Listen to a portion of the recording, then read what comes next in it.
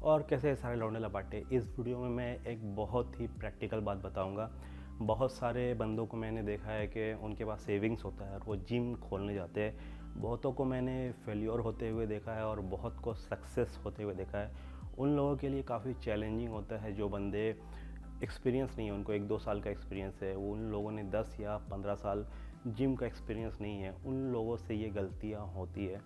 जो सबसे बड़ा गलती है, जो आप एज्यूम करो कि आपने 2 साल का जिम किया है, उसके बाद आपने जिम सेटअप किया है, सब कुछ ठीक है। सबसे बड़ा जो गलती है वहाँ पर आप ट्रेनर एक बॉडी बिल्डर को रखते हैं। नंबर 1 ड्रॉबैक्स क्या है?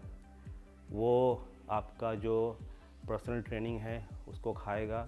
वो ग्रुप बंदी करेगा कि ये मेरा फेवरेट स्टूडेंट है और ये मेरा फलाना फेवरेट स्टूडेंट है। एंड इन फ्यूचर अगर कभी उसने जिम छोड़ा तो वो जो 15 से 30 बंदे हैं उसके साथ जाएंगे। नंबर 3, वो आपको तो क्योंकि नॉलेज नहीं है सप्लीमेंट्स और एनाबॉलिक्स का, वो साइड से बेचेगा, आपको पता भी नहीं चलेगा। नंबर 4, उसको जब अगर पता चलेगा कि आप फलाना क्लाइंट से आप 10,000 दे रहे हो और उसको 3,000 दे रहे हो, तो वो आपको कॉम्प्लेन करेगा कि मुझे 50% दो। तो यहाँ पर क्या करना है, यहाँ पर आपको शुरू से ही आप उससे ये करवा लो कि मैं 30% ही दूंगा तुझे। अगर इसके बाद भी कॉम्प्लेन करता है तो आप उसको बोलो कि आप घर ले जाकर ट्रेनिंग करवाओ और उतना पैसा लो, क्योंकि आपने भी इन्वेस्ट किया है ना, आपको बिजली का बिल देना है, रेंट देना है, तो बहुत सारा प्रेशर होता है। तो आपको कोई भी ट्रेनर को, बॉडी बिल्डर को जिम में नहीं रखना है, आपको सिंपल स्पॉटर रखना है। उसको थोड़ा बहुत बता दो कि इस तरह ट्रेनिंग दिया जाता है, इस तरह टच देना है। और जो बॉडी बिल्डर्स है वो अकड़ में रहते हैं, टच नहीं देते, क्लाइंट्स को देखते भी नहीं हैं और उल्टा सीधा काम करते रहते हैं। तो कोई भी बॉडी बिल्डर को ट्रेनर नहीं बनाना है, स्पॉटर रखना है जो लोगों का टच दे सके, थोड़ा बहुत नॉलेज हो और थोड़ा सा हेल्दी हो, ताकि वेट उठा के रख सके और टच दे सके ड्यूरिंग द वर्कआउट। एंड जो ट्रेनर्स होते हैं वो ये सब चीज़ें तो करते ही है, साथ में इस तरह से आपके जिम में वो सप्लीमेंट्स और अदर सारी चीज़ें बेचेगा, आपको पता नहीं चलेगा। अगर आप का जिम बड़ा है तो आप किसी फीमेल को एक अटेंडर रख लो, क्योंकि फ़ीमेल को जो बताया जाता है वही वो करती है, उससे ज़्यादा वो कुछ नहीं करती है। सो रिसेप्शनिस्ट रख लो एक फ़ीमेल को, ताकि वो आपका जिम देखभाल कर सके, और वो ज़्यादा कुछ करती नहीं है। ये मेरा प्रैक्टिकल एक्सपीरियंस है जो मैंने देखा है। मैंने बहुतों को देखा है कि डूबते हुए जस्ट बिकॉज ऑफ दिस। 2 साल का एक्सपीरियंस लेकर जो मैं 12 साल का लेकर बैठा हुआ है, मैंने बहुत कुछ देखा है। अगर आप बॉडी बिल्डर को जिम में ट्रेनर रखते हो तो वो आपका फ्यूचर बर्बाद कर देगा and you will not earn money.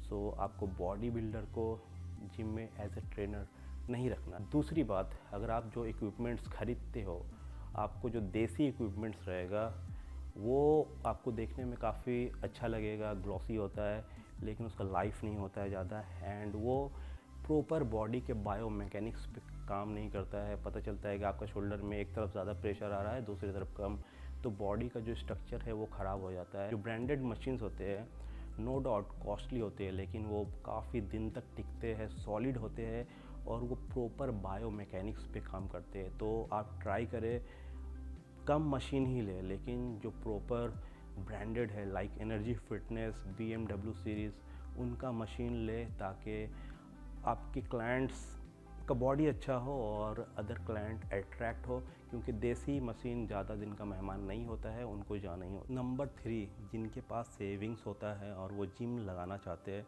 लेकिन उनके पास प्रॉपर एक नॉलेज नहीं है 10-15 साल का, वो जो अननेसेसरी थिंग्स है लोगों का इधर से उधर से सुनकर ख़रीद लेते हैं, लेकिन जो बेसिक्स है वो नहीं खरीदते। लाइक अगर किसी को लैट्स मारना है तो मैं ना कि रोइंग वाला जो महंगा मशीन आता है वो ख़रीदूँगा, मैं ख़रीदूँगा पुल्ली वाला मशीन, क्योंकि उसमें बहुत सारा एक्सरसाइज निकल जाता है और ट्राइसेप वगैरह भी हो जाता है। तो बेसिक जो है वो ज़रूरी है, ना कि जो एडवांस है। अगर आपके पास टाइट बजट है तो आप 6-7 जो बेसिक मशीन्स है उनको ख़रीदो, उनसे आपका काफ़ी अच्छा एक्सरसाइज होगा, निकल जाएगा सारा और जो अननेसेसरी चीज़ है यहाँ पर आप लोगों का सुनकर कुछ भी खरीद लेते हो, तो ये एक बहुत बड़ा फैक्टर है। आई थिंक लोग बेवकूफ़ बन जाते हैं जब जिम सेटअप करते हैं। मैंने देखा है कि मैनुअली वो चेस्ट कर रहे हैं, शोल्डर कर रहे हैं, लेकिन फ्लाई मारने का मशीन है, लेकिन जो स्मिथ मशीन है जिससे 3-4 एक्सरसाइज, बहुत सारा का एक्सरसाइज निकल जाता है।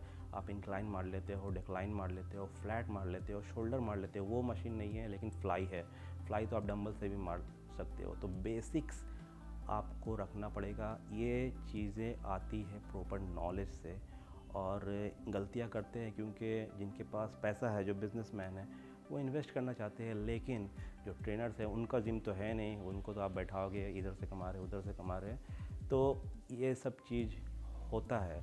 एंड आपको अलर्ट रहना पड़ेगा अबाउट योर बिज़नेस। आपको आना पड़ेगा और चेक करना पड़ेगा। अगर आप नहीं आते हो तो फिर प्रॉब्लम हो जाता है। And last but not the least, आपको जिम में सप्लीमेंट्स भी बेचना पड़ेगा। यस, बेचना पड़ेगा। अगर आपके जिम का जो स्टूडेंट है वो कहीं और से ले रहा है तो क्यों लेना चाहिए? ये तो आपका लॉस है ना। आपका जिम का स्टूडेंट को आप दो सप्लीमेंट। अगर आपके पास टाइम नहीं है तो ट्रेनर को बोलो कि जो बेचना है बेच, इसमें से 20% तू लेगा। अगर आपके पास टाइम नहीं है तो थोड़ा उसको देना ही पड़ेगा। अगर आपके पास टाइम है तो आप खुद डील करो। एंड आपको आना पड़ेगा, नज़र रखना पड़ेगा। अगर आप 1 महीना आ नहीं रहे तो फिर तो आप ट्रेनर, सबसे ख़तरनाक ट्रेनर होता है। अगर आपने किसी स्पॉटर को बैठाया तो वो बोलेगा ये बंदा को ये चाहिए, क्योंकि उसको नॉलेज नहीं है इतना ज़्यादा, वो आपको क्लाइंट दे देगा। लेकिन वहीं अगर ट्रेनर होगा तो वो क्लाइंट आपसे छीन लेगा। सो बॉडी बिल्डर्स वाले जो ट्रेनर है उनसे दूर रहना। नॉर्मल आप जो स्पॉटर है उनको रखना, और फ़ायदा भी है। और last but not the least, कोई ऐसा बंदा जिसका काफ़ी ज़्यादा बॉडी है, वो अगर जिम में ट्रेनिंग करता है, अगर आप नहीं देख रहे हो तो फिर वो अपना बिज़नेस स्टार्ट करने लगेगा, आपके जिम में बेचने लगेगा। सो अगर आप अलर्ट हो, आते हो, तो उसको पहले ही मना कर देना है कि जिम में इसी तरह का कोई भी सब्सटेंस बेचना नहीं है तुमको, तो वो डर पैदा हो जाएगा और आपका बिज़नेस सेफ़ रहेगा। सो ये सारे चीज़ें आपको माइंड में रखना पड़ेगा बिफोर ओपनिंग अ जिम।